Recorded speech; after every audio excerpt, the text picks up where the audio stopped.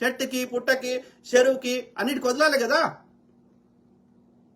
లేకపోతే కరోనాలు వస్తాయి, లేకపోతే ఈ యొక్క కృత్రిమ వరదలు వస్తాయి. అప్పుడే వరద లెక్క ఉంటుంది, అప్పుడే కరువు వస్తుంది. అతివృష్టి అనావృష్టి జరుగుతుంది. ఎందుకు జరుగుతుంది? పడ్డది ఇల్లు ఏడ నిలవకుండా చేస్తున్నావు.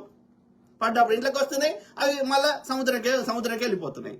మనకి మళ్ళీ తాగుదామంటే మళ్ళీ నీళ్ళు దొరికాయి. అరే మొన్న గని పడ్డాయి కదా, ఏడికి పోయినారా అంటే నువ్వు వాటిని ఏడ ఉండనిస్తలే కదా. వాటిని చెరువులు ఉంటే ఎండాకాలం పూడిక తీస్తాము, అవి వానకాలం నిండుతాయి, మళ్ళీ వచ్చే సీజన్ దాకా నడుస్తుంది. భూమిలోకి నీళ్ళు ఇంకుతాయి, ఎవడన్నా బోర్ వేసుకున్న పడుతుంది, చుట్టూ గ్రీనరీ ఉంటుంది, ఫ్రెష్ ఎయిర్ వస్తుంది, వాకింగ్ పోయినా మంచిగా అనిపిస్తుంది. ఏం పుట్టింది? చెరువులు ఉంటే ఏమైంది? జాగ లేదా? ఊరవతల కొనుక్కొని కట్టుకో. సిగ్గు శరం లేని లాంటి కొడుకులు. అస్సలు ఎథిక్స్, కామన్ సెన్స్ ఎందుకు లేదో అర్థం కాదు.